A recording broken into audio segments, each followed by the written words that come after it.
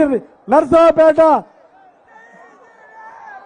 Parliament అభివృద్ధికి ఎంతో కృషి చేసి నరసరావుపేట పార్లమెంటు అభివృద్ధికి ఎంతో కృషి చేసినటువంటి ఎంపీ కృష్ణదేవరాయలు గారిని మన వరకపూడి ప్రాజెక్టుకి ఫారెస్ట్ పర్మిషన్ తీసుకొచ్చినటువంటి కృష్ణదేవరాయలుగా మాట్లాడాల్సిందిగా కోరుతున్నాం.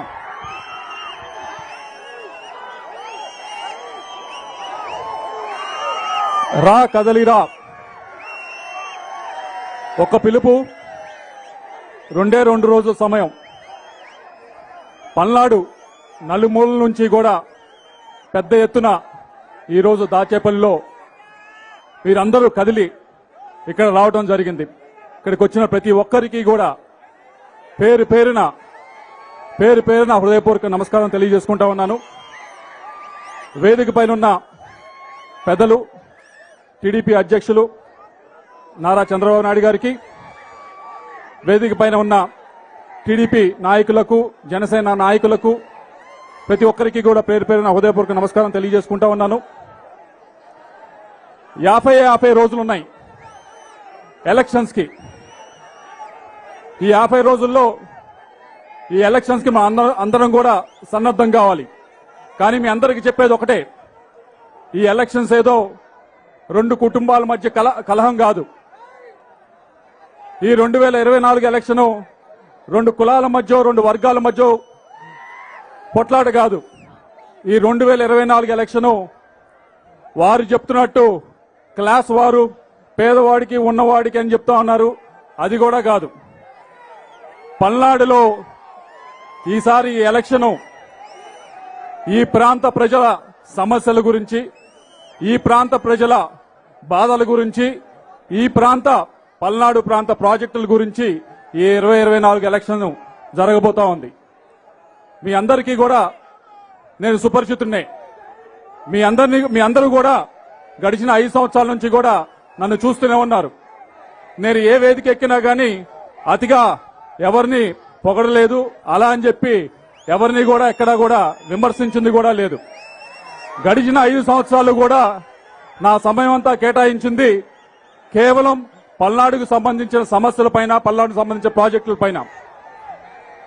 ఈ 5 సంవత్సరాల్లో మీ అందరూ అడగచ్చు నన్ను, ఏమయ్యా ఎంపీగా ఉన్నావు, ఏం చేశావు ఈ 5 సంవత్సరాల నుంచి, మళ్లీ వస్తున్నావు, అడగబోతా ఉన్నావు ఓట్ల గురించి అని చెప్పి మీ అందరికీ కూడా తెలియజేసుకుంటా ఉన్నాను. ఈ ప్రాంతానికి సంబంధించి ఏదైతే మాచర్ల అలాగే వినుకొండకు సంబంధించి చాలా ఇంపార్టెంట్ అయిన, చాలా ప్రత్యేకమైన వరికపుడిశాల ప్రాజెక్టు ఉందో దానికి సంబంధించి 60 సంవత్సరాల నుంచి కూడా ఇక్కడ పోరాటం చేస్తా ఉన్నారు. ఒక్క అడుగు కూడా ముందుకు పడలేదు. పడకపోవటానికి కారణం ఏదైతే ఫారెస్ట్ అనుమతులు రావాలో, ఫారెస్ట్ అనుమతుల కంటే కూడా మరీ ముఖ్యమైనవి అది టైగర్ రిజర్వ్ లో ఉంది. ఆ అనుమతులు రావాలి కేంద్ర ప్రభుత్వం నుంచి. ఆ 2 అనుమతులు కూడా ఈ 4 సంవత్సరాలు తీసుకొచ్చాం. ఆ ప్రాజెక్టు ఇంకా డబ్బులు కేటాయించడమే తప్పకుండా ముందుకు వెళ్తుంది. అలాగే ఈ ప్రాంతానికి సంబంధించి ఇప్పటికే ఒక మెడికల్ కాలేజు కేంద్ర ప్రభుత్వం 3 మెడికల్ కాలేజీలు రాష్ట్రానికి ఇస్తే ఒకటి మన పల్నాడులో తీసుకురాగలిగాం. అలాగే 3,000 కోట్ల రూపాయలతో హైవేస్ ఈ పల్నాడుకి తీసుకురాగలిగాం. మొత్తం ఏ ఒక్క రూపాయి కూడా రాష్ట్ర ప్రభుత్వానికి కాదు, మొత్తం కూడా కేంద్ర ప్రభుత్వ ఖర్చుతో 3,000 కోట్ల రూపాయలతో చేయబోతా ఉన్నాం. అలాగే కుప్పంలో ఉంది, ఇజ్రాయెల్ దేశస్తులు కుప్పంలో ఈ ప్రాజెక్టు పెట్టారు. అదే ప్రాజెక్టు రైతులకు ఉపయోగపడుతుందని చెప్పి ఇజ్రాయెల్ ప్రభుత్వం చేత ఇక్కడ నకరికల్లో ప్రాజెక్టు పెట్టించడం జరిగింది. అలాగే 500 కోట్ల రూపాయలతో ఇంటింటికి కుళాయి నీళ్లిచ్చే జలజీవన మిషన్ పూర్తిగా కేంద్ర ప్రభుత్వం డబ్బులు తీసుకురావడం జరిగింది. కేంద్రీయ విద్యాలయాలు ఏ పార్లమెంట్ కైనా 1, 2 ఉంటాయి. అటువంటిది ఈ పార్లమెంట్ కి 4 తీసుకురావడం జరిగింది. ఒకటి మాచర్లో కూడా, మారుమూల ప్రాంతమైన మాచర్లో కూడా కేంద్రీయ విద్యాలయం తీసుకురావడం జరిగింది. అలాగే రైతులు చాలా మంది వచ్చారు, నన్ను అడిగారు, అయ్యా మార్కెటింగ్ యార్డ్ లో డబ్బులు లేవు, ఏదైతే పొలాలకు వెళ్లాలో దానికి దారులు లేవు అని చెప్పి అడగడం జరిగింది.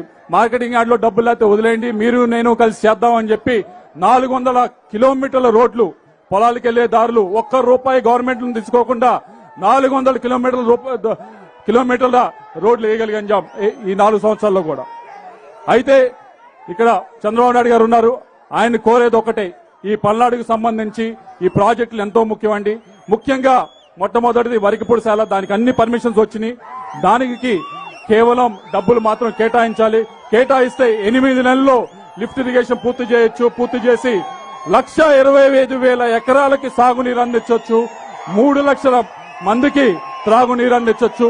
అది తప్పకుండా చేయవలసిన అవసరం ఉందని చెప్పి తెలియజేసుకుంటా ఉన్నాను. అలాగే గోదావరి ఏదైతే గోదావరి నీళ్లు తీసుకొచ్చి మన సాగర్ కుడికాలలో కలపాలో కలిపితే ఇక్కడ దాదాపుగా 9 లక్షల కుడికాలువ కింద 9 లక్షల ఎకరాన్ని స్థిరీకరణ చేయొచ్చు. దాన్ని ఈ సంవత్సరం ఇక్కడ ఉన్న రైతులందరూ కూడా ఇబ్బంది పడతా ఉన్నారు. కృష్ణా జలాలు పైనుంచి రాక ఇక్కడ నీళ్లు లేక దాన్ని సుస్థిరం చెయ్యాలి అంటే కనుక స్థిరీకరణ చెయ్యాలి అంటే ఈ గోదావరి నీళ్ళు తీసుకొచ్చి రైట్ కెనాల్ కలపాల్సిన అవసరం ఉంది. ఇది నెక్స్ట్ 5 సంవత్సరాల్లో చేయవలసిన ప్రాజెక్టు. అలాగే జల్ జీవన్ మిషన్ లో 500 కోట్లు తీసుకొచ్చాం కానీ ప్రతి గ్రామానికి వెళ్తే ఇప్పుడు ఓవర్ హెడ్ ట్యాంక్ లో నీళ్లు లేకుండా ఇబ్బంది పడతా ఉన్నారు. దానికి వాటర్ గ్రిడ్ ఏదైతే కార్యక్రమం ఉందో దాన్ని కూడా చేయవలసిన అవసరం ఉంది. నెక్స్ట్ 5 సంవత్సరాల్లో మెడికల్ కాలేజ్ అయితే తీసుకొని రాగలిగాం. దాంతో పాటుగా ప్రతి నియోజకవర్గ హెడ్ క్వార్టర్స్ లో కూడా ఒక 100 బెడెడ్ హాస్పిటల్ ఇక్కడ కేటాయిస్తే బాగుంటుందని చెప్పి మీకు తెలియజేసుకుంటా ఉన్నాను. చివరిగా లాజిస్టిక్స్ హబ్ ఇక్కడ వినుకొండ గాని మాచర్లు గాని వెళ్తే ఎక్కడ ఏ గ్రామంలో కూడా యువత కనిపించరు. యువత 40 సంవత్సరాల కింద వారు కనిపిస్తే చాలా అరుదు. ఏమని అడిగితే అయా ఉద్యోగాలకు వేరే ఊరు వలస వెళ్లారు అంట. ఇక్కడ ఉద్యోగాల అవకాశాలు లేక అది తీర్చాలి అంటే ఈ లాజిస్టిక్స్ హబ్ ఇక్కడ ఏర్పాటు చేస్తేనే ఇక్కడ ఉద్యోగాలు వస్తాయి. అది మీరు చేయాలని చెప్పి కోరుకుంటూ చివరిగా ఒకటి ఈ ప్రాంతానికి ఈ జిల్లాకి మరీ ముఖ్యమైనది అమరావతి రాజధాని ఏదైతే ఉందో అది తప్పకుండా ముందుకు తీసుకువెళ్ళాలి. తీసుకువెళ్తే ఇక్కడ ప్రతి ఒక్కరికి కూడా పరోక్షంగా అమరావతి రాజధానితో పరోక్షంగా ప్రతి ఒక్కరికి కూడా ఉపయోగం ఉంటుంది అని చెప్పి మీకు తెలియజేసుకుంటూ అది ముందుకు తీసుకువెళ్లాలని మేము ప్రార్థిస్తూ చివరిగా ఒకటే కోరేది మీరందరూ కూడా ఎంతో అభిమానంతో ఇక్కడికి వచ్చారు. వచ్చిన ప్రతి ఒక్కరికి కూడా ధన్యవాదాలు తెలియజేసుకుంటా ఉన్నాను. మీరు ఏ అభిమానంతో ఏ ప్రేమతో ఇక్కడికి వచ్చారో అదే ప్రేమని కొనసాగించాలని చెప్పి మమ్మల్ని ఆశీర్వదించాలని చెప్పి వచ్చే ఎలక్షన్ లో 2024 ఎలక్షన్ లో పెద్ద ఎత్తున మీరందరూ ముందుకు వచ్చి మమ్మల్ని ఆస్వాదించాలని చెప్పి మనస్ఫూర్తిగా కోరుకుంటూ నాకు ఈ అవకాశం ప్రసాదించిన ప్రతి ఒక్కరికి కూడా ధన్యవాదాలు సెలవు తీసుకుంటా ఉన్నాను. కృష్ణదేవరాయలు గారికి రాష్ట్రాన్ని సర్వనాశనం చేసినటువంటి